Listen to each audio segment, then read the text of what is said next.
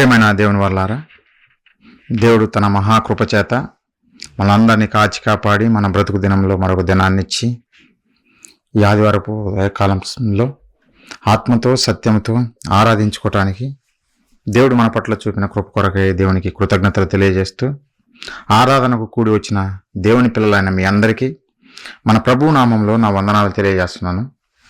పిల్లరా, ఈరోజు ఒక చక్కని అంశము మనం అందరం కలిసి ధ్యానించుకుందాం. అది భూలోక వారసులు ఎవరు అనే విషయాన్ని, ఒక మంచి విషయాన్ని ధ్యానించుకుందాం. ప్రార్థన చేసుకుని ప్రారంభించుకుందాం. పిల్లరా, అందరూ తల వంచినట్లయితే ప్రార్థించుకుందాం. మహాపరిశుద్ధుడా, ప్రేమగల మా కన్న తండ్రి, మీ పరిశుద్ధమైన, ఘనమైన, శ్రేష్టమైన మీ నామానికి వందనాలు, స్తోత్రాలు తండ్రి. గడిచిన కాలమంతా మీ మహాకృపచేత మమ్మల్ని అందరినీ కాచి కాపాడి తండ్రి, మా బ్రతుకు దినంలో మరొక దినాన్నిచ్చి ఈ ఆదివారపు దినమున మిమ్మల్ని ఆత్మతో సత్యముతో ఆరాధించుకోవటానికి మీ పాదసన్నిధికి చేర్చిన విధానాన్ని బట్టి కృతజ్ఞతలు తండ్రి. దేవా, కొన్ని మాటలు మా బ్రతుకులకు అవసరమైనవి మా కొరకు రాయించినటువంటి జీవగ్రంథమైన బైబిల్లో నుంచి ధ్యానించుకొని చుండగా తండ్రి, మీ కృప మా పట్ల చూపుతారని చెబుతున్న నాకు సమయోచితమైన జ్ఞానమును, వాక్శక్తిని ప్రసాదిస్తారని, వింటున్న మీ పిల్లలు విని గ్రహించేవారిగా వారును నేనును ప్రతి ఒక్కరిని మీ చిత్తానుసారంగా భూమి మీద బ్రతికి మిమ్మల్ని మహిమపరిచి మీ చెంతకు చేరులాగున కృప చూపి నడిపిస్తారని వేడుకుంటూ తండ్రి, ఈ ప్రార్థన మా ప్రభువును, మా రక్షకుడును, మీ ప్రియకుమారుడైన క్రీస్తు వారి పుణ్యనామాన్ని అడిగి వేడుకుంటున్నాం తండ్రి, ఆమెన్. ప్రియులారా, భూలోక వారసులు ఎవరు అనే విషయాన్ని ఆలోచిద్దాం. మనకు తెలుసు, ఈ భూమి మీద ఏదైనా రాజ్యానికి వారసులు ఉంటారు. భూమి మీద ఈ లోక రాజ్యాలలో వారసులుగా ఉండటం మనం చూస్తుంటాం పిల్లారా. అలాగే ప్రజలు తమకున్నటువంటి ఆస్తికి వారసులను ప్రకటించడం మనం చూస్తుంటాం. అలాగే ఒక కుటుంబంలో ఆ వంశానికి వారసులు ప్రకటించడం మనం చూస్తుంటాం. మరి భూలోకానికి వారసులు ఎవరు అని ఆలోచిస్తే పిల్లారా, శాస్త్రవేత్తలు చెబుతున్నట్టు బుద్ధ జీవులు లేదా గ్రహాంతర జీవులు వారసుల, అసలు గ్రహాంతర జీవులు లేవనే సంగతి బైబిల్లో నుంచి ఇంతకుముందు మనం వన్డే సెమినార్ ద్వారా నేర్చుకున్నాం పిల్లారా. బైబిల్లో చాలా చక్కగా దేవుడు రాయించాడు. బుద్ధ జీవులు అనేటువంటివి ఈ విశ్వంలో లేవనే సంగతి మనం నేర్చుకున్నాం. మరి వారసులు వారు కాదు, భూలోకానికి వారు వారసులు కాదు. అలాగే పిల్లారా, పూర్వము రాజరిక వ్యవస్థలో రాజు తర్వాత తన కుమారుడు తన రాజ్యానికి వారసుడుగా ఉంటాడు పిల్లారా. మనం ఉదాహరణకు చూస్తే దావీదు రాజును చూస్తే మొదట దావీదు రాజు, తర్వాత తన కుమారుడైనటువంటి సొలొమోను కుమారుడైనటువంటి రెహబాము, ఇలా వారి గర్భాల్లో నుంచి వచ్చినటువంటి తమ కుమారులే తమ రాజ్యానికి వారసులుగా ఉన్నట్టుగా మనము బైబిల్లో చూస్తాం పిల్లారా. లోకంలో కూడా పూర్వం రాజరిక వ్యవస్థలో తమ పిల్లలే వారసులుగా ఉన్నట్టుగా మనం చూస్తాం పిల్లారా. అలాగే ఒక రాజకీయ నాయకుడు తన కుమారుడు తన తదంతరము రాజకీయ వారసుడిగా ప్రకటించుకుంటాడు. ఒక వ్యాపారవేత్త తన పిల్లలే తన వ్యాపారానికి వారసులుగా ప్రకటించుకుంటారు. ప్రజలు తమ యావదాస్తికి తమ పిల్లలే వారసులుగా ఉండాలని కోరుకుంటారు, వారినే ప్రకటిస్తారు పిల్లారా. మరి ఈరోజు మనము ధ్యానించుకునేది భూలోకానికి వారసులు ఎవరు అనే విషయాన్ని మనం ఆలోచిద్దాం పిల్లారా. ఎవరు భూలోకానికి వారసులు అని మనం ఆలోచిస్తే మనం బైబిల్లోనే చూద్దాం. బైబిల్ ఏం చెబుతుందో మనం ఆలోచిద్దాం పిల్లారా. ఒకసారి మీ దగ్గర బైబిల్ ఉంటే ఓపెన్ చేసి చూడండి. మత్తయి సువార్త 5వ అధ్యాయము 5వ వచనం పిల్లారా, నేను చదువుతా చూడండి.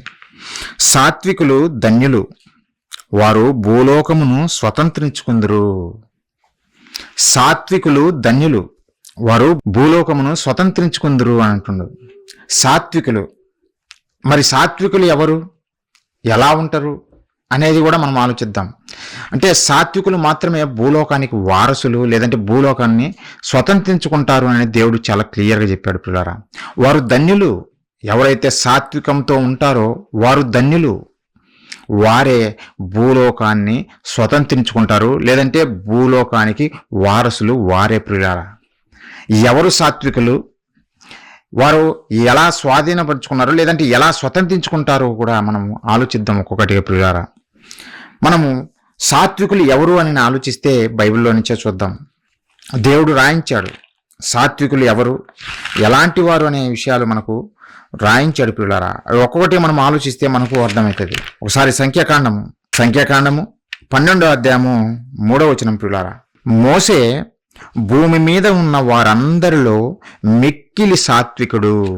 మోషే గారి గురించి దేవుడు తెలియజేస్తూ ఈ భూమి మీద ఉన్న వారి అందరిలోకెల్లా మిక్కిలి సాత్వికుడు.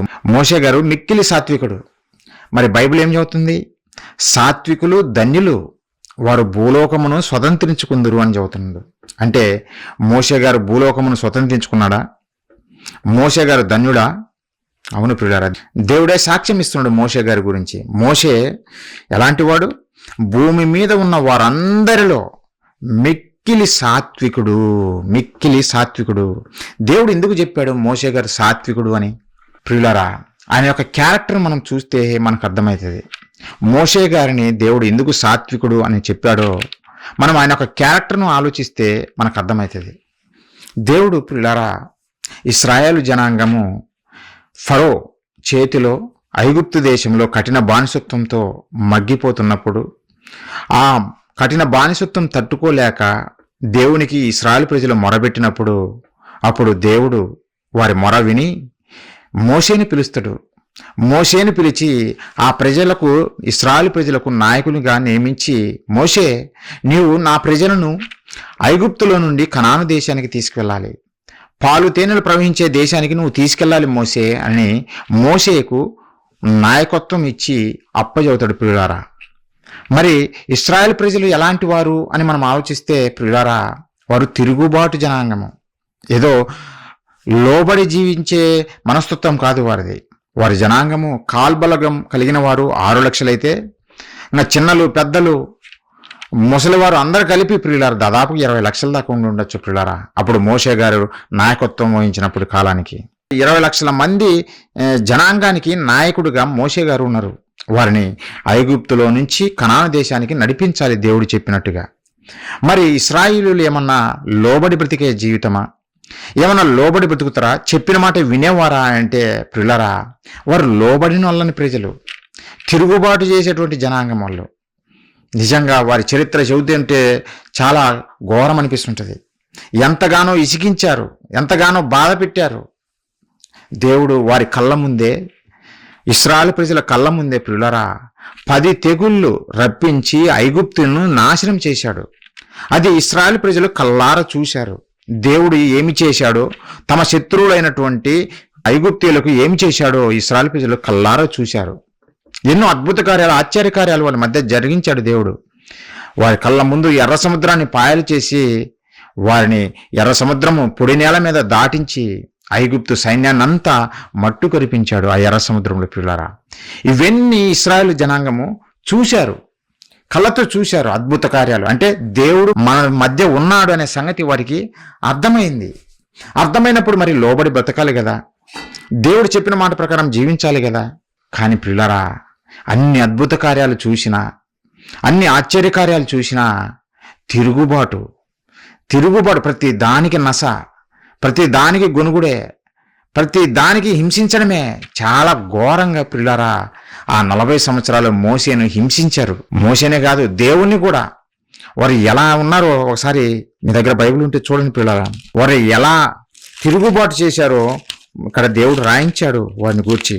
కీర్తనల గ్రంథము 78వ అధ్యాయం మనం చూడగలిగితే 11వ వచనం నుంచి నేను చదువుతా ప్రియులారా. ఆయన క్రియలను, దేవుని క్రియలను, ఆయన వారికి చూపిన తన ఆశ్చర్య క్రియలను వారు మరిచిపోయారు. దేవుడు చేసిన ఆశ్చర్య కార్యాలను కల్లారా చూసి కూడా మరిచిపోయారు. ఎంత ఘోరమైన జనాంగం ఆలోచించు. నువ్వు అన్నం తినడము మర్చిపోవు, 3 పూటలు తినేస్తాము. లేదంటే పనికి వెళ్ళడము మర్చిపోము. పనికి ఉదయం లేస్తే పనికి వెళ్ళాలండి, పనికి బయలుదేరతారు. కానీ దేవుడు చేసిన ఆశ్చర్యకార్యాలు, వారి పట్ల చేసిన ఆశ్చర్యకార్యాలను వెంటనే మర్చిపోయారంటే ప్రియులారా. ఇంకా దేవుడు చెబుతూ వారి గురించి, ఐగుప్తు దేశంలోని సోయను క్షేత్రమందు వారి పితరులు చూచుచుండగా ఆయన ఆశ్చర్యకార్యములు చేసెను. ఆయన సముద్రమును పాయలుగా చేసి వారిని అద్దరికి నడిపించెను. ఆయన నీటిని రాశిగా నిలిపెను. పగటి వేళ మేఘములో నుండి రాత్రి అంతయు అగ్ని ప్రకాశంలో నుండి ఆయన వారికి త్రోవ చూపెను. పగలు ఎండ దెబ్బ ఎక్కడ తగులుతుందో నా పిల్లలకి. అరణ్యంలో ప్రయాణిస్తున్నారు కదా ఇశ్రాయేలు ప్రజలు. అరణ్యంలో ప్రయాస్తున్నటువంటి ఇశ్రాయేలు ప్రజలకు ఎండ దెబ్బ తగిలి ఎక్కడ చనిపోతారో అని దేవుడు మేఘస్తంభాన్ని, అంటే చల్లటి వాతావరణాన్ని, కూలింగ్. ఇప్పుడు మనం ఏసీలు వేసుకుంటున్నాం ఈ ఎండ దెబ్బ తట్టుకోలేక. కూలర్స్, లేదంటే ఏసీలు, లేదంటే ఫ్యాన్లు, ఏదో ఒక విధంగా మనం వాడుకుంటున్నాం. ఆ రోజు వాళ్ళు ప్రయాణం అయిపోవాలి ఎడారిలో, భూమి మీద నడుచుకుంటూ వెళ్ళిపోతున్నారు. అలాంటి క్రమంలో ఏసీ ఎక్కడి నుంచి దొరుకుతుంది వారికి? ఈరోజు అంటే ఏసీలు దొరుకుతున్నాయి. అక్కడ ఆ కాలంలో ఏసీలు ఎక్కడున్నాయి? బయట చూస్తే ఎండ కదా. ఆ ఎండ దెబ్బకు ఇశ్రాయేలు ప్రజలు ఎక్కడ చనిపోతారో అని కన్న తండ్రి దేవుడు ఆలోచించాడు. మేఘస్తంభాన్ని పెట్టాడు. మేఘస్తంభము నిజంగా మేఘం వచ్చినప్పుడు ఎంతగా చల్లగా ఉంటుందో మీకే తెలుసు. ఎండలు కాస్తున్నప్పుడు ఆ మేఘం మన మీదికి రాగానే చల్లటి వాతావరణము, చాలా చల్లగా, కూల్గా, చాలా హ్యాపీగా ఉంటుంది. దేవుడు ఆ విధంగా నడిపించాడు ఇశ్రాయేలు ప్రజలను. ఎండ దెబ్బ తగలకుండా మేఘస్తంభం కింద నడిపించాడు పిల్లరా. అది వారు అనుభవించారు, చూశారు, కళ్ళతో చూశారు. అలాగే రాత్రిపూట చలి దెబ్బకు చనిపోతారేమోనని, పురుగులేమన్నా ఉండి వాళ్ళని కరిచి చనిపోతారేమోనని అగ్ని స్తంభాన్ని వారి ముందు నడిపించాడు పిల్లరా. ఇవి ఆశ్చర్య కార్యాలు కాదా? ఇవి అద్భుత కార్యాలు కాదా? కానీ అవన్నీ చూసి అనుభవించి కూడా మరిచిపోయినటువంటి మూఢ జనాంగం పిల్లరా, ఘోరమైన జనాంగము. ఇంకా చదువుదాము వాళ్ళు ఎలాంటి వారో దేవుడు తెలియజేస్తుంది ఇక్కడ పిల్లరా.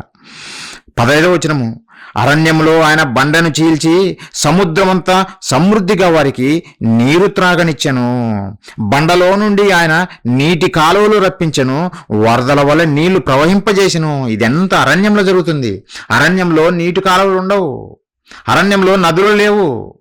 అయినా దేవుడు తన ప్రజల కొరకు బండ నుండి నీళ్లు తెప్పించి వారును వారి పిల్లలు తాగి బ్రతుకులాగున, అలాగే తమ పశువులు బతుకులాగున నీరు రప్పించాడు దేవుడు వారికి. వారి దాహము తీర్చాడు దేవుడు. మరి ఎంత ప్రేమను వారు గ్రహించాలి కదా. 17వ వచనము, అయినను వారు ఆయనకు విరోధముగా ఇంకను పాపము చేయుచునే వచ్చిరి, అడవిలో మహోన్నతుని మీద తిరుగుబడిరి. మహోన్నతుని మీద తిరుగుబడిరి. ప్రేమ చూపిస్తున్నటువంటి కన్న తండ్రి మీద తిరుగుబాటు చేశారు ఇశ్రాయేలు ప్రజలు. ఎంత ఘోరమైన జనాంగం ఆలోచించండి ప్రియులారా. మనం కూడా ఆలోచించుకోవాలి, మన జీవితాలు కూడా ఎలా ఉన్నాయో కూడా. చరిత్ర మనకు బుద్ధి కలగడం కొరకే దేవుడు రాయించాడు. ఈ తరములో మనము ఈ మాటలు చదివి మనము కూడా బుద్ధి తెచ్చుకొని ఒకనాడు ఇశ్రాయేలు ప్రజలు జీవించినట్టుగా జీవించకుండా దేవునికి విధేయులుగా బ్రతకాలని మన కోసం రాయించాడు. ప్రియులరా, వారు చూసి అనుభవించి కూడా దేవుని నమ్మని జనాంగంగా మారిపోయారు. తిరగబాటు చేశారు, మహోన్నతుని మీద తిరగబడిరి. వారు తమ ఆశ కొలది ఆహారం అడుగుచు, ఆశ కొలది ఆహారము, ఆకలి తీర్చుకోవడం కోసం కాదు, ఆశ, కొత్త వెరైటీ కావాలి, మాంసం కావాలి. వారి ఆశలకు అద్దులు లేవు ప్రియులారా. వారు తమ ఆశ కొలది ఆహారం అడుగుచు తమ హృదయములలో దేవుని శోధించిరి. ఈ అరణ్యంలో దేవుడు భోజనము సిద్ధపరచగలడా అనుచు. ఎంత ఘోరమైన మాట చూడండి. ఈ అరణ్యంలో దేవుడు ఆహారం సిద్ధపరచగలడా? మరి నిన్ను ఎర్ర సముద్రం దాటించింది ఎవరు? నువ్వు దాటావా? ఫరో దాటించాడా నిన్నేమన్నా? లేదు కదా, దేవుడే కదా సముద్రాన్ని సైతము పాయలు చేసి నిన్ను ఆరిన నేల మీద నిన్ను బాటించి ఆ ఐగుప్తీయులను ఆ నీటిలోనే చంపిపడేస్తే అది చూసి చివరికి ఈ అరణ్యంలో దేవుడు ఆహారం సిద్ధపరచగలడా అంటే ప్రియులారా, దేవుని శక్తిని వారు వెరగలేదు. రుచి చూసినా కానీ వారు వెరగలేదు. అప్పుడు కన్న తండ్రి ఎంత బాధపడతాడు?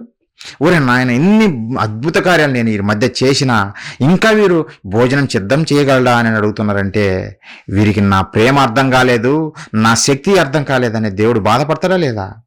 తిరుగుబాటు చేశారంట. తిరుగుబాటు పిల్లారా. వారు దేవునికి విరోధముగా మాట్లాడిరి.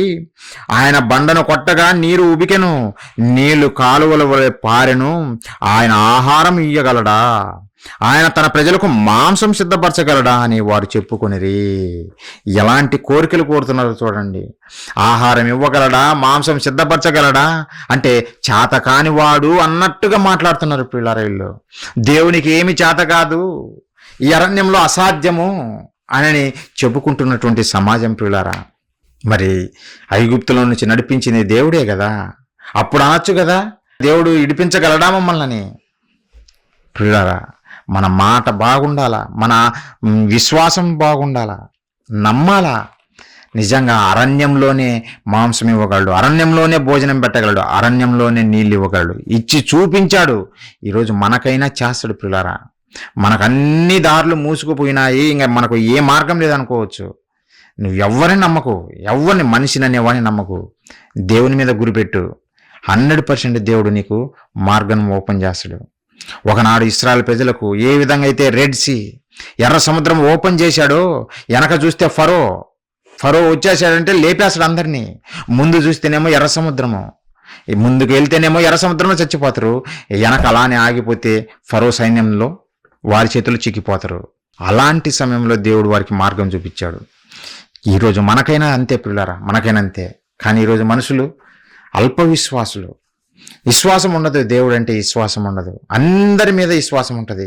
రాజకీయ నాయకులను నమ్ముతారు, పక్కింటి వాళ్ళని నమ్ముతారు, ఫ్రెండులను నమ్ముతారు.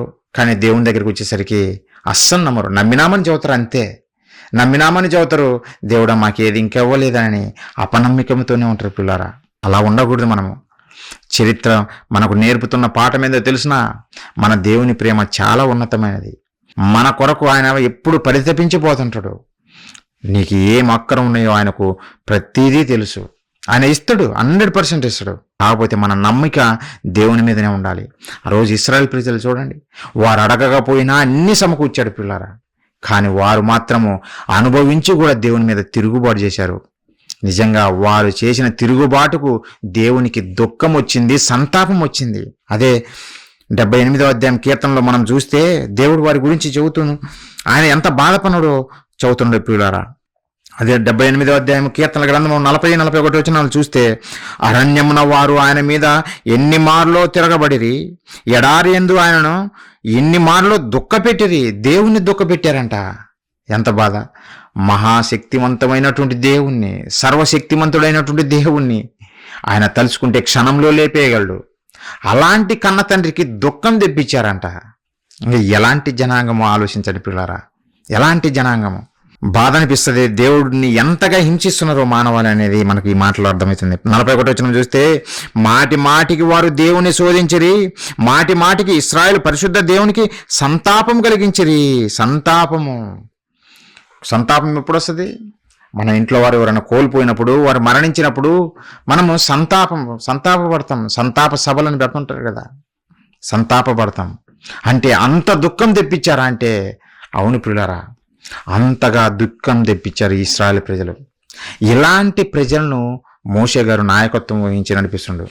దేవుణ్ణే ఏడిపించారంటే మనిషిగా ఉన్నటువంటి మోషేను విడిచిపెడతారా? ఆలోచించండి.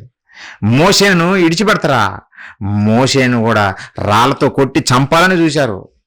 మమ్మల్ని ఇక్కడ చంపటానికి తీసుకొచ్చావా మోషేనని రాళ్ళు తీసుకొని చంపాలని చూశారు పిల్లరా. ఒకానొక సందర్భంలో దేవుడు, నేను మోషే వారికి కనాను దేశము పాలు తేనెలు ప్రవహించే దేశం ఇస్తానని చెప్పాను కదా, నేను ఇచ్చే దేశం ఎంత అద్భుతమైనదో, ఎంత గొప్పదో నా ప్రజలు చూసి మురిసిపోయి నన్ను మహిమపరుస్తారు.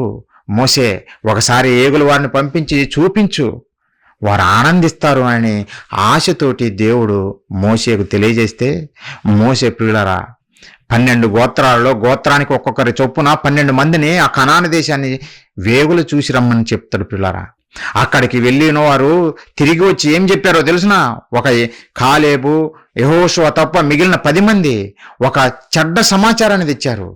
ఏమని తెచ్చారంటే, అదిగో వారు బలవంతులు, వాళ్ళు దేహదారుఢ్యం కలిగిన వారు, వారి దృష్టికి మేము మిడతల వలె ఉన్నాము, మనము వారిని జయించలేము, మనము మరలా ఐగుప్తుకి వెళ్ళిపోదామని ఒక నాయకునిగా ఏర్పరచుకొని ఒకరిని రిటర్న్ వెళ్ళిపోవడానికి సిద్ధపడిపోయారు పిల్లరా.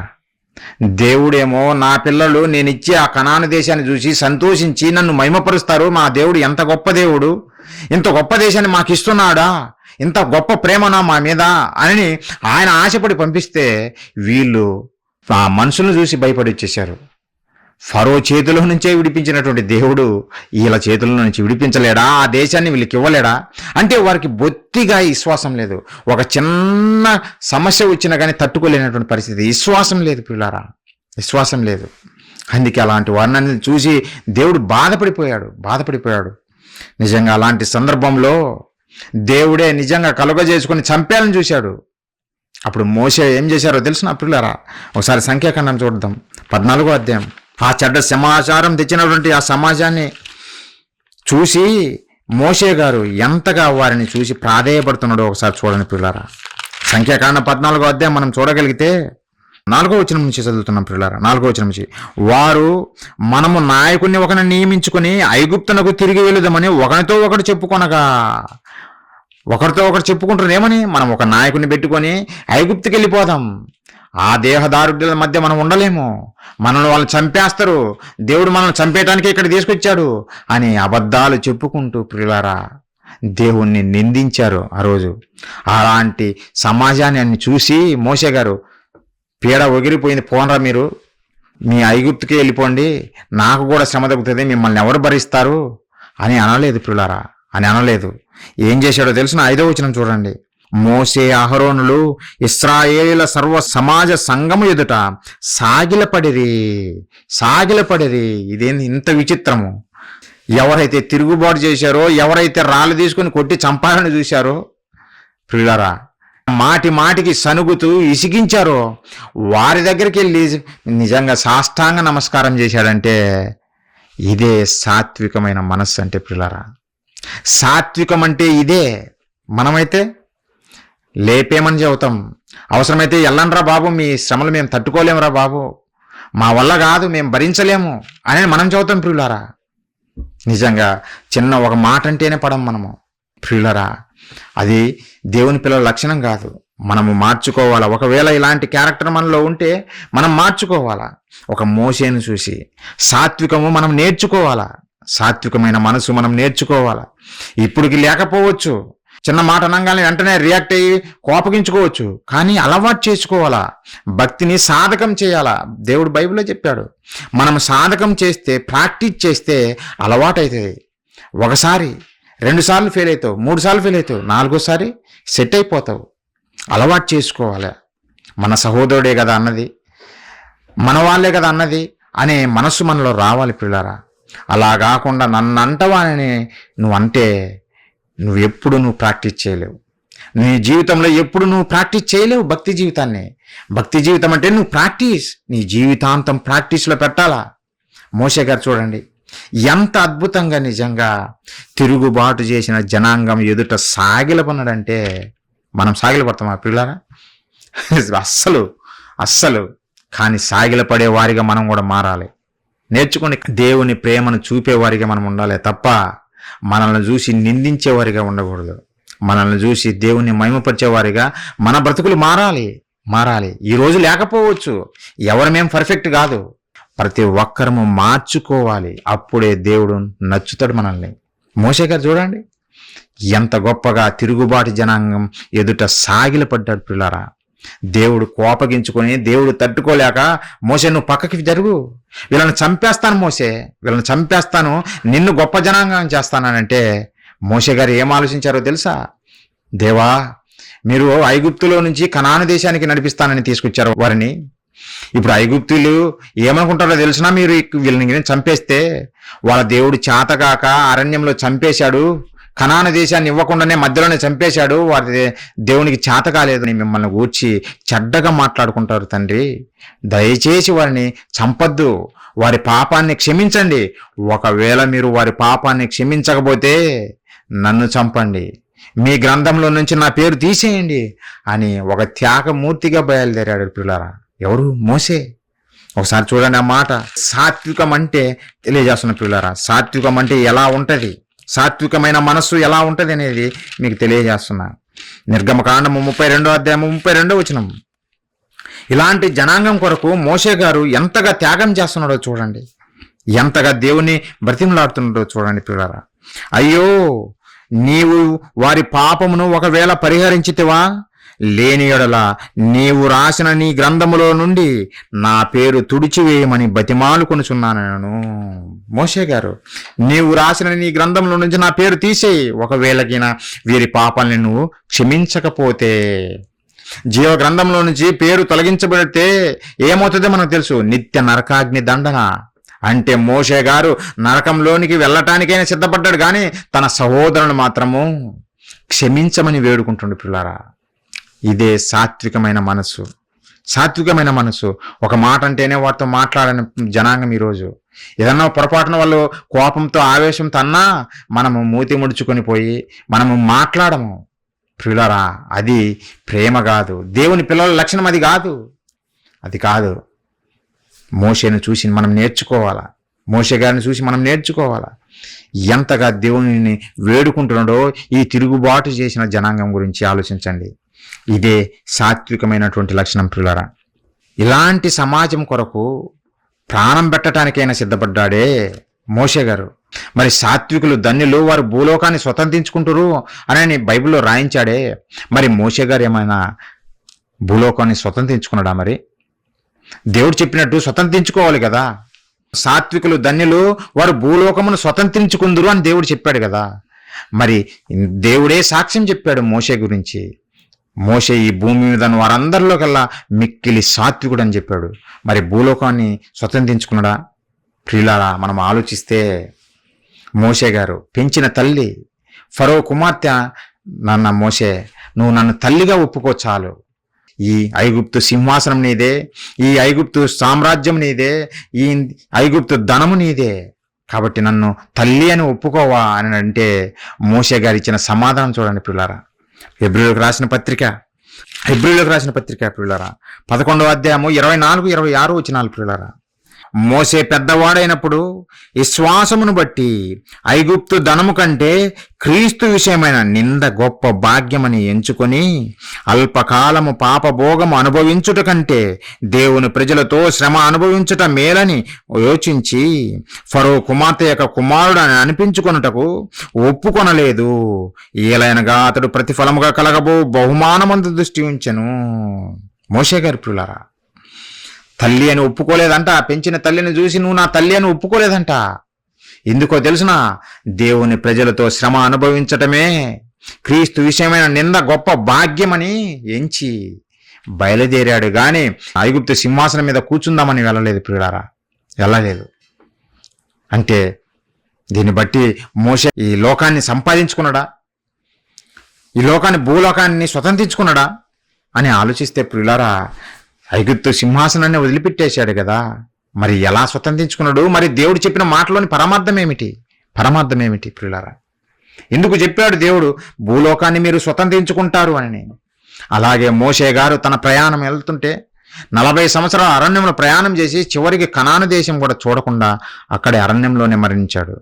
కనాను దేశం కూడా వెళ్ళలేదు. కనాను దేశం కూడా వెళ్ళకుండా మరణించాడంటే మరి భూలోకాన్ని స్వతంత్రించుకున్నాడా? ఎలా స్వతంత్రించుకున్నాడో తెలియజేస్తా. మరొకరి గురించి ఆలోచిద్దాం. సాత్వికమైన మనస్సు అని అంటే నిజంగా ఆయనను చూసే మనం నేర్చుకోవాలి. ఆయన ఎవరో కాదు, మన ప్రభు అయిన యేసుక్రీస్తుల వారు. ఆయన ఏం చెప్పారో తెలిసిన? మోషే గురించి దేవుడు సాక్ష్యం చెప్పాడు. ఏమనంటే మోషే మిక్కిలి సాత్వికుడు అని చెప్పాడు. మరి యేసుక్రీస్తుల వారి గురించి ఆయన చెబుతూ నేను సాత్వికుడును, మీరు నన్ను చూసి నేర్చుకోమని చెబుతుండు. ఒకసారి ఆ మాట చదువుతాం ప్రియులారా. మత్తయి సువార్త 11వ అధ్యాయము 29వ వచనము. నేను సాత్వికుడను, దీన మనసు గలవాడను కనుక మీ మీద నా కాడి ఎత్తుకొని నా యొద్ద నేర్చుకొనుడి, అప్పుడు మీ ప్రాణములకు విశ్రాంతి దొరుకును. నేను సాత్వికుడును, దీన మనసు గలవాడను కనుక మీ మీద నా కాడి ఎత్తుకొని నా యొద్ద నేర్చుకొనుడి అని ప్రభువు చెబుతున్నాడు. మోషే గారు చెప్పలేదు నా వద్ద నేర్చుకోమని, యేసుక్రీస్తుల వారు చెబుతున్నారు. అంటే సాత్వికుల్లో నెంబర్ 1 ఎవరంటే యేసుక్రీస్తుల వారే. ఎలా ఈయనంత సాత్వికుడో తెలుసునా? నిజంగా మోషేను మించినటువంటి ఆయన యేసుక్రీస్తుల వారు. ఆయన సాత్వికం గురించి మనం ఆలోచిస్తే ప్రియులారా, మనందరికీ తెలుసు ఆయన ఈ లోకాన్ని రక్షించాలని, పాపములతో అపరాధముల చేత చనిపోతున్నటువంటి మనలందరినీ మరలా బ్రతికించి కన్న తండ్రి అయిన దేవుని దగ్గరికి నడిపించాలని ఈ భూమి మీదకి వచ్చినటువంటి యేసుక్రీస్తుల వారిని చూసి ఆ రోజు జనాంగము ఎన్నో హేళన, ఎంతో అపహాస్యం చేశారు. ఆయన చెప్పిన మాటలను అంగీకరించలేదు, తిరుగుబాటు చేశారు. యేసుక్రీస్తుల వారి మీద కూడా తిరుగుబాటు చేశారు. నిజంగా ప్రజలు రోగాలతో బాధపడుతుంటే వారిని స్వస్థపరిచాడు. అలాగే దెయ్యములు పట్టిన వారిని చూసి వారి దెయ్యాన్ని ఎల్లగొట్టాడు. అలాంటి సందర్భంలో దెయ్యాలు ఎల్లగొడుతున్న సందర్భంలో యూదులు వచ్చి యేసుక్రీస్తుల వారిని ఏమని పలికారో తెలుసునా? మనకు మేలు చేసినటువంటి యేసుక్రీస్తుల వారిని వాళ్ళు పలికిన మాటలు చూడండి ప్రియులారా. మత్తయి సువార్త మనం చూడగలిగితే 12వ అధ్యాయం ప్రియులారా 24వ వచనం మనం చూడగలిగితే అక్కడ వాళ్ళు ఏమంటున్నారో చూద్దాం. పరిసయ్యులు ఆ మాట విని, వీడు దెయ్యములకు అధిపతి అయిన బయల్జెబూలు వలననే దెయ్యమును ఎల్లగొట్టుచున్నాడు గాని మరి ఒకని వలన కాదనిరి. ఎవరిని? యేసుక్రీస్తుల వారిని అంటున్నారు వీళ్ళు. ఆయన దెయ్యం పట్టిన వాడిని ఆయన దగ్గరికి తీసుకుని వస్తే దెయ్యం ఎల్లగొట్టాడు యేసుక్రీస్తుల వారు. ఎల్లగొడితే ఆయనను అప్రిషియేట్ చేయాల్సింది పోయి, మహిమపరచాల్సింది పోయి, గణపరచాల్సింది పోయి, చివరికి ఎంత ఘోరంగా మాట్లాడుతున్నాడంటే ఇతను దెయ్యములకు అధిపతి అయినటువంటి బయల్జెబూలు వలన, దెయ్యములకు అధిపతి అయినటువంటి బయల్జెబూలు వలన దెయ్యాలను ఎల్లగొడుతున్నాడు తప్ప మరొకరి వలన కాదని ఆయన మీద నింద మోపారు, అపహసించారు పిల్లారా. ఎంత ఘోరం ఆలోచించండి. ఎంత నిజంగా ఈ మానవాళి దేవుని పట్ల ఎప్పుడు తిరుగుబాటుతనం చేస్తుందో మనకి ఈ మాటల ద్వారా అర్థమవుతుంది పిల్లారా. మరి యేసుక్రీస్తుల వారు ఒక మాట కూడా అనలేదు వారిని, ఏమనలేదు వారిని. దెయ్యం పట్టిన వాడు అన్నా కానీ ఏమనలేదు. మనమైతే నాకు కాదురా దెయ్యం పట్టింది, నీకే దెయ్యం పట్టిందని మనం రివర్స్ అంటాం. కానీ ప్రభు అలా అనలేదు పిల్లారా. అలానే ఆయన ప్రకటిస్తున్న క్రమంలో పాపుల దగ్గరికి వెళ్ళి, అలాగే పేదవారి దగ్గరికి వెళ్ళి వారికి దేవుని మాటలు చెబుతూ స్వస్థపరుస్తున్నటువంటి కార్యక్రమంలో వారి దగ్గర కూర్చొని వారితో భోజనం చేస్తుంటే అది కూడా చూసి తట్టుకోలేక ఈ యూదులు ఏం చేశారో తెలుసునా? నువ్వు తిండిపోతువు, నువ్వు త్రాగుబోతువు అని ఆయన మీద నింద మోపారు. అదే మత్తయి సువార్త 11వ అధ్యాయం మనం చూడగలిగితే ప్రియులారా 19వ వచనము వారు పలుకుతున్న మాటలు చూడండి. మనుష్య కుమారుడు తినుచు త్రాగుచూ వచ్చెను కనుక ఇదిగో వీడు తిండిపోతును, మద్యపానీయు, సుంకరులను, పాపులను స్నేహితుడని వారు అనుచున్నారు.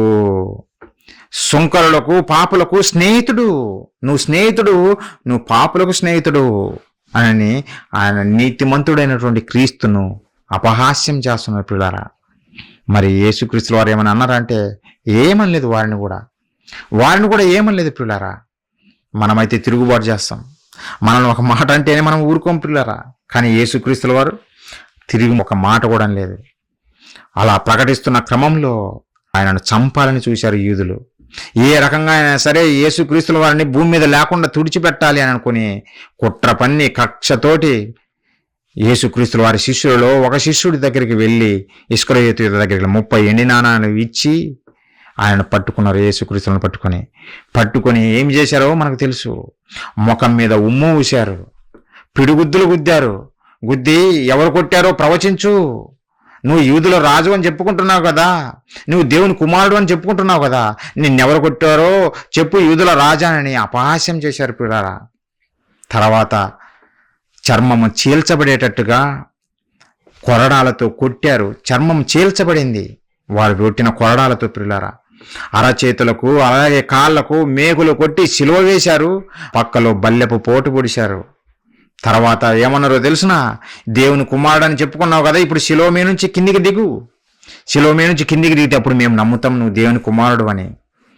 మరికొంతమంది ఆ దారిన పోతూ తల ఊపుతూ ఇదిగో ఇతను వచ్చాడు, ఇతరులను రక్షించడానికి వచ్చాడంట, కానీ తనను తాను మాత్రము రక్షించుకోలేని స్థితిలో శిలువలో ఏలాడుతున్నాడనని హేళన చేశారు పిల్లారా. ఇలాంటి ఎన్ని చూస్తున్నటువంటి యేసుక్రీస్తుల వారు ఏమైనా అన్నాడా అంటే వారిని ఏమనలేదు పిల్లారా. వారిని ఏమనలేదు, ఒక మాట కూడా అనలేదు. నిజంగా ఆయన శక్తిమంతుడు. ఆయన తలుచుకుంటే లేపేయగలడు, అందరినీ లేపేయగలడు. శక్తిమంతుడు, అది సర్వాధికారం కలిగినటువంటి వాడు. కానీ ఈ ఒక్క మాట కూడా అనలేదు ఆ సమాజం వారిని. చివరికి ఏమనో తెలుసునా? అలాంటి సమాజాన్ని చూసి యేసుక్రీస్తుల వారు ఏమని పలికారో తెలుసునా? ఒక అద్భుతమైన మాట. ఆయన సాత్వికం గురించి మనం ఆలోచిస్తున్నాం పిల్లారా. లోకా సువార్త 23:34 యేసు అంటే ఆ శిలువ వేసి అక్కడ నిలబడి ఉన్నటువంటి వారిని అందరినీ చూసి యేసు, తండ్రి వీరేమి చేయుచున్నారో వీరెరగరు కనుక వీరిని క్షమించుమని చెప్పాను. తెలియదా పిల్లారా వాళ్ళకు? వారు ఏం చేస్తున్నారో వాళ్ళకి తెలియదా? తెలిసే కదా చేసింది. కానీ యేసుక్రీస్తు వారు చూడండి ఎంత గొప్పగా నిజంగా వారిని క్షమించమని తండ్రిని వేడుకుంటున్నాడు. ఆలోచించండి. ఇదే సాత్వికమైన మనస్సు. సాత్వికం అంటే ఇదే పిల్లారా. మనల్ని హింసించిన క్షమించే మనస్సు ఉండాలి. అదే సాత్వికము. కానీ ఈరోజు ఉందా? క్రైస్తవుల్లో ఉందా? పేరుకు ఆదివారం అందరం గుడిలోకి వెళ్తాం, భజన చేసుకుని వస్తాం. కానీ క్రీస్తును ధరించిన మనకు మాత్రం క్రీస్తు క్యారెక్టర్ ఏమాత్రం ఉండదు, ఏమాత్రం ఉండదు. ప్రియులారా, ఇప్పటి వరకు మనకు లేకపోవచ్చేమో, కానీ ఈ మాటలు విన్న తర్వాతనైనా మనము మార్చుకుందాం. మన సహోదరులను ప్రేమిద్దాం. మన సహోదరులను ప్రేమించి వారిని దేవుని చెంతకు నడిపిద్దాం తప్ప వారితో గొడవలొద్దు. కొంతమంది ఎరుగింటి వారికి గొడవనే, పక్కింటి వాడితో గొడవనే, స్నేహితులతో గొడవనే, బంధువులతో గొడవనే, ఎవరితో సఖ్యత ఉండదు, ఎవరితో సఖ్యత ఉండదు. ఒకే ఒక్కడుగా ఒంటరిగా తిరుగుతూ ఉంటారు పిల్లలారా. అలా కాదు ఉండాల్సింది. ప్రతి ఒక్కరిని కలుపుకునే విధంగా ఉండాలి. ప్రతి ఒక్కరిని కలుపుకొని ప్రేమించే వారిగా ఉండాలి తప్ప ద్వేషం పెంచుకోకూడదు. ఎవరి మీద ద్వేషం పెంచుకోకూడదు పిల్లలారా. మనం క్రీస్తును ధరించిన వారం కాదు. ఒకవేళగైనా ద్వేషం పెట్టుకుంటే మనము ఒకరినొకరు క్షమించుకొని ఒకరి పట్ల ఒకరు ప్రేమ చూపినప్పుడే మనము కూడా క్రీస్తును ధరించిన వారమైతాము. మనము కూడా సాత్వికమైన మనస్సు కలిగిన వారమైతాం. అలా కాకుండా మన పగను ద్వేషాన్ని మనం వెళ్ళబుచ్చితే మనము క్రీస్తు దాసులము కాదు, క్రీస్తు సేవకులము కాదు, దేవుని పిల్లలము అసలే కాదు. కాబట్టి మనం మార్చుకోవాలా. మరి యేసుక్రీస్తుల వారు ఇంత గొప్ప త్యాగం చేశాడు కదా మన గురించి. మనుషులు ఎంతగా హింసించినా సరే ఆయన నోరు మదిపి ఒక మాట కూడా అనలేదు కదా. చివరికి క్షమించండి తండ్రి అని వేడుకున్నాడు కదా. గొప్ప సాత్వికం చూపించాడు కదా, మనకు నేర్పాడు కదా. మరి సాత్వికులు ధన్యులు, వారు భూలోకాన్ని స్వతంత్రించుకుంటారు అని చెప్పాడు కదా. మరి యేసుక్రీస్తు వారు స్వతంత్రించుకున్నారా భూలోకాన్ని? ఒకనాడు శాస్త్రి వచ్చి యేసుక్రీస్తు వారి దగ్గరికి వచ్చి, ప్రభువా నువ్వు ఎక్కడికి వెళ్ళినా నీతో పాటు వస్తా ప్రభువా, నువ్వు ఎక్కడికి వెళ్ళినా నీతో పాటు వస్తా ప్రభువా అంటే అప్పుడు ప్రభు ఏం చెప్పాడు ఒకసారి చూడండి. మత్తయి సువార్త 8వ అధ్యాయం పిల్లరా, మత్తయి సువార్త 8వ అధ్యాయం 20వ వచనము.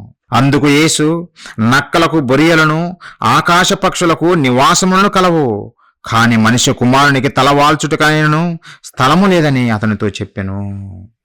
ఆకాశ పక్షులకు గూలున్నాయి, నక్కలకు బొరియలున్నాయి, కానీ నాకు మాత్రం కనీసము తల వాల్చుకోవటానికి కూడా ప్లేస్ లేదు అని అన్నాడు. మరి దేవుడు చెప్పిన మాట ఏందండి? భూలోకమును స్వతంత్రించుకుంటారు సాత్వికులు అని దేవుడు చెప్పాడు కదా. మరి ఇది ఎలా అర్థం చేసుకోవాలి? దీని భావం ఏమిటి అని మీకు డౌట్ రావచ్చు. ఒక మోషేని చూస్తే మొత్తాన్ని విడిచిపెట్టేశాడే, ఐగుప్తు ధనాన్ని విడిచిపెట్టాడు, ఐగుప్తు రాజ్యాన్ని విడిచిపెట్టాడు, చివరికి కనాను దేశాన్ని కూడా వెళ్ళలేకపోయాడు. యేసుక్రీస్తుల వారు భూమి మీద ఏమి సంపాదించుకోలేదు, చివరికి తల వాల్చుకోవటానికి కూడా ప్లేస్ లేదు. మరి భూలోకాన్ని ఎలా స్వతంత్రించుకున్నారు వీళ్ళు? సాత్వికులే కదా, క్లియర్గా దేవుడు రాయించాడు. మోషే గారు సాత్వికుడే, యేసుక్రీస్తుల వారు అంతకన్నా గొప్ప సాత్వికమైన మనస్సు కలిగిన వాడు. ఆయన చూసే మనం నేర్చుకోమని చెప్పాడు. మరి వీళ్ళు భూలోకాన్ని స్వతంత్రించుకున్నారంటే స్వతంత్రించుకున్నారు పిల్లారా. ఎలా స్వతంత్రించుకున్నారో మనం చూస్తే ఒకసారి ప్రకటన గ్రంథం చూడండి. భూలోకాన్ని వీళ్ళు స్వతంత్రించుకున్నారా? స్వతంత్రించుకున్నారు. దేవుడు చెప్పిన మాట పొల్లైన తప్పిపోదు, పొల్లైన తప్పిపోదు. ఒకసారి చూద్దాం. ప్రకటన గ్రంథము 2వ అధ్యాయము 26వ వచనము 27వ వచనం నేను చదువుతున్నా. నేను నా తండ్రి వలన అధికారము పొందినట్లు, యేసుక్రీస్తు వారు చెబుతున్నారు, నేను నా తండ్రి వలన అధికారం పొందాను.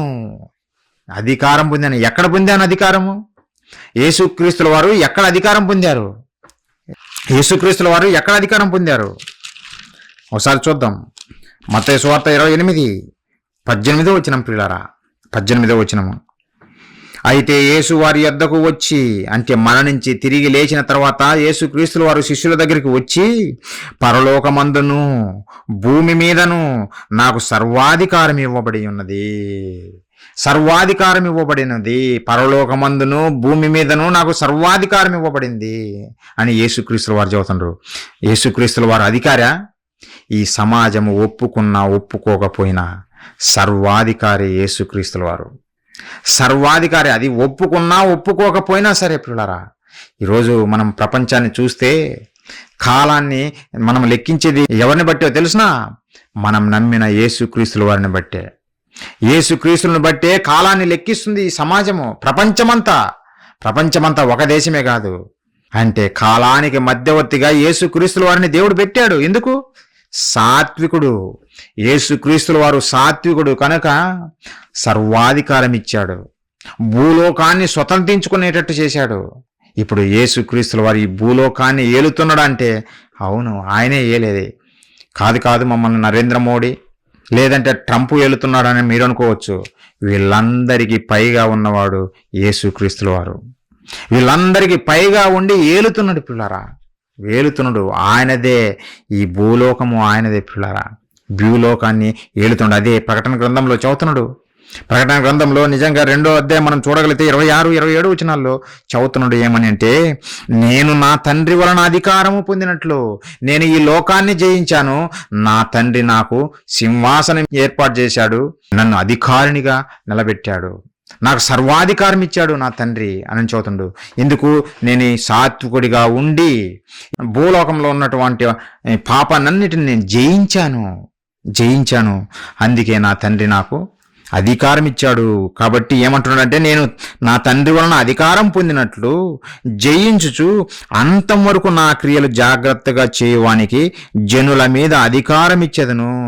నేనే కాదు అధికారిని, నన్ను నమ్మి, నా మాటలు నమ్మి, లేదంటే నన్ను ధరించుకొని ఎవరైతే ఈ లోకాన్ని జయిస్తారో వారికి కూడా జనుల మీద అధికారం ఇస్తాను అని అన్నాడు పిల్లారా. వారికి కూడా జనుల మీద అధికారం ఇస్తాను. అతడు ఏం చేస్తాడంటే, ఇనుప దండముతో వారిని ఏలును, వారు కుమ్మరు వాని పాత్రలో పగలగొట్టబడుదురు, మరియు అతనికి వేకు చుక్కను ఇచ్చేదను. అతడు ఏలుతాడు. నేను అధికారం పొందినట్టు ఎవరైతే నా మాట ప్రకారం జీవిస్తారో, సాత్వికులుగా జీవిస్తారో, నా దగ్గర నేర్చుకుని సాత్వికులుగా జీవిస్తారో వారికి నేను ఈ అధికారం ఇస్తున్నాను. వారు ఈ ప్రజలను ఏలుతారు అంటున్న పిల్లారా. ఏలుతారు. ఎవరు? నిజమైన క్రైస్తవుడు. నిజమైన క్రైస్తవుడు ఈ ప్రపంచాన్ని ఏలుతాడు. క్రైస్తవుడే ఏలాలి. దేవుని సంకల్పం అది. దేవుని సంకల్పం పిల్లారా. ఎంతమందికి తెలుసు? భూలోకాన్ని స్వతంత్రించుకునేది ఎవరు? సాత్వికులు. యేసుక్రీస్తులాగా సాత్వికమైన మనసుందా? మోషే గారు ఏలుతున్నాడు. ఆయన ఏలుతున్నాడు. ఈరోజు మోషే గారి గురించి మనం నేర్చుకుంటున్నామంటే, మనం చదువుతున్నామంటే, ఆయన చెప్పిన మాటలు పాటిస్తున్నామంటే ఏలుతున్నాడు. ఆయన నోటి నుంచి వచ్చిన మాటలే కదా మనము చదువుకొని నేర్చుకొని పాటిస్తున్నది. యేసుక్రీస్తుల వారు చెప్పిన మాటల ప్రకారం జీవిస్తున్నాం కదా. ఆయన ఏలుతున్నాడు అంటే ఏలుతున్నాడు మనల్ని. మీరు అనుకోవచ్చు ఈ లోక సంబంధమైన రాజ్యాలు అనుకోవచ్చు. దేవుని రాజ్యం అలాంటిది కాదు ప్రియులారా. ఈ లోక సంబంధమైనది కాదు. నిజంగా అది పొందిన వారికి అది తెలుస్తుంది. దేవుని రాజ్యం విలువ, ఆ రాజ్యం పొందిన వారికే దాని విలువ అర్థమవుతుంది ప్రియులారా. యేసుక్రీస్తుల వారు సర్వాధికారి అయి పరిపాలన చేస్తున్నాడు. ఈరోజు ఎందరైతే యేసుక్రీస్తులాగా జీవిస్తూ సాత్వికమైన మనస్సుతో ఉండాలి. ఎదుటి వారితో గొడవ పెట్టుకునేవాడిగా ఉండకూడదు. మరలా ఇప్పుడు ట్రంప్ నేను క్రైస్తవుడే అంటుండు, పోయి ఇరాన్తో గొడవ పెట్టుకుని చంపుతున్నాడు ఒక్కొక్కరిని. అలాగే యూదులు మేము బైబిల్ నమ్ముతాము అని చెప్పేసి వాళ్ళు గొడవలు పెట్టుకుని బాంబులు వేసి చంపుతున్నారు. ఇలాంటి వారిని కాదు దేవుడు అన్నది. ఇలాంటి వారి గురించి కాదు. మరి వాళ్ళు అధికారులుగా ఉన్నారంటే వాళ్ళు అశాశ్వతమైన రాజ్యంలో అధికారులుగా ఉన్నారు. కానీ దేవుడు మనల్ని ఎలాంటి రాజ్యంలో నిలబెడుతుండో తెలిసిన? శాశ్వతమైన రాజ్యము. మోషే గారు ఎప్పటి కాలానికి సంబంధించిన వాడు తెలిసిన? క్రీస్తుకు పూర్వం 1500 సంవత్సరాల క్రితము, అంటే దాదాపుగా 3500 సంవత్సరాల క్రితము. ఇప్పటికీ ఆయన పేరు మన హృదయాల్లో, ప్రజలందరి హృదయాల్లో నానుతుందంటే కారణం శాశ్వతమైన రాజ్యంలో అధికారినిగా నిలబెట్టాడు మోషే గారిని. ఈరోజు యేసుక్రీస్తుల వారు ఈ భూమి మీద లేకపోయినా సరే ప్రపంచ మానవాలంతా నిజంగా యేసుక్రీస్తుల వారి పాదాల దగ్గరికి వచ్చిందంటే ఆలోచించండి. ప్రపంచమంతా దాదాపుగా 400 కోట్ల మంది ప్రజలు ఈరోజు క్రీస్తును ఆరాధిస్తున్నారంటే ఆలోచించండి. ఇది కాదా దేవుడు అనుగ్రహించినటువంటి అధికారము? ఇదే భూలోకమును స్వతంత్రించుకోవడం అంటే ఇదే పిల్లరా. ఈ అధికారమే ఇస్తానన్నాడు. భూమి మీద ఉన్నప్పుడు ఏలుతారు నాయన, మీరు ఏలుతారు. దేవుడు చాలా క్లియర్గా చెప్పాడు. మళ్ళీ ఒకసారి ఆ మాట చదువుదాం. ప్రకటన గ్రంథం 2వ అధ్యాయం 26, 27 పిల్లరా. నేను నా తండ్రి వలన అధికారము పొందినట్లు జయించుచు అంతం వరకు నా క్రియలు జాగ్రత్తగా చేయువానికి జనుల మీద అధికారం ఇచ్చేదను. అతడు ఇనుప దండముతో వారిని ఏలును, వారు కుమ్మరి వాని పాత్ర వలె పగలగొట్టబడుదురు. నువ్వు మాట్లాడే ప్రతి మాటకు ప్రజల హృదయాలు పగిలిపోతాయి. కుమ్మరవాణి కొండలు ఎలా పగిలిపోతాయో ఆ దేవుని మాటలు నీ నోట నుండి వస్తున్నప్పుడు, నువ్వు దేవుని చిత్తానుసారంగా బ్రతుకుతూ ఆయన మాటలు ప్రకటిస్తున్నప్పుడు ఆ మాటలకు అనేక మంది ఆకర్షితులై నిన్ను నాయకునిగా, నిన్ను అధికారినిగా చూస్తారు. దేవుడు నిలబెడుతున్నాడు. ఎందరికైతే ఈ సాత్వికమైన మనస్సు ఉంటుందో అది మీరు మర్చిపోదు. మీరు నిజంగా లోకాన్ని స్వతంత్రించుకోవాలనుకుంటున్నారా? లోకాన్ని స్వతంత్రించుకోవాలంటే సూత్రం దేవుడు చెప్పాడు. అయితే సాత్వికమైన మనసు కలిగి ఉండండి. ఇంతేకాదు, ఈ భూలోకంలో ఇప్పుడున్నటువంటి ఈ మనుషులను నిజంగా మనము స్వతంత్రించుకోవడమే కాదు, ఈ అధికారాన్ని స్వతంత్రించుకోవడమే కాదు, ఇంకా దేవుడు ఏం చెప్పాడో తెలిసిన, మన కొరకు ఒక క్రొత్త భూమిని దేవుడు సిద్ధం చేస్తున్నాడు. చూడండి, పేతురు గారు రాసినటువంటి 2వ పత్రిక 3వ అధ్యాయము 13వ వచనం పిల్లారా, 13వ వచనం. అయినను మనం ఆయన వాగ్దానం బట్టి క్రొత్త ఆకాశముల కొరకును క్రొత్త భూమి కొరకును కనిపెట్టుచున్నాము అని పేతురు గారు చెబుతున్నారు. మనము క్రొత్త భూమి కొరకు కనిపెట్టుచున్నాము. క్రొత్త భూమి కొరకు ఎవరు? క్రైస్తవులు. క్రైస్తవులు అంటే క్రీస్తును ధరించిన వారు, సాత్వికులు. నిజమైన క్రిస్టియన్స్ గురించి మాట్లాడుతున్నాం పిల్లలు, ట్రూ క్రిస్టియన్స్ గురించి మాట్లాడుతున్నాం. చాలామంది నామకార్థ క్రైస్తవులు ఉంటారు, వాళ్ళ గురించి కాదు దేవుడు చెప్పింది. నిజంగా క్రీస్తును ధరించుకొని క్రీస్తు చూపిన బాటలో నడుస్తున్నటువంటి వారి గురించి దేవుడు చెబుతున్నాడు. మనకు క్రొత్త భూమి ఉంది. క్రొత్త భూమి కొరకు ఎదురు చూస్తున్నాం. ఈ భూలోకంలో నువ్వు ఏలుతావు, అలానే ఇక ముందు కూడా నువ్వు ఏలబోతున్నావు. క్రొత్త భూమినే నీకు ఇవ్వబోతున్నాడు దేవుడు. క్రొత్త భూమినే. క్రొత్త భూమి ఉందా?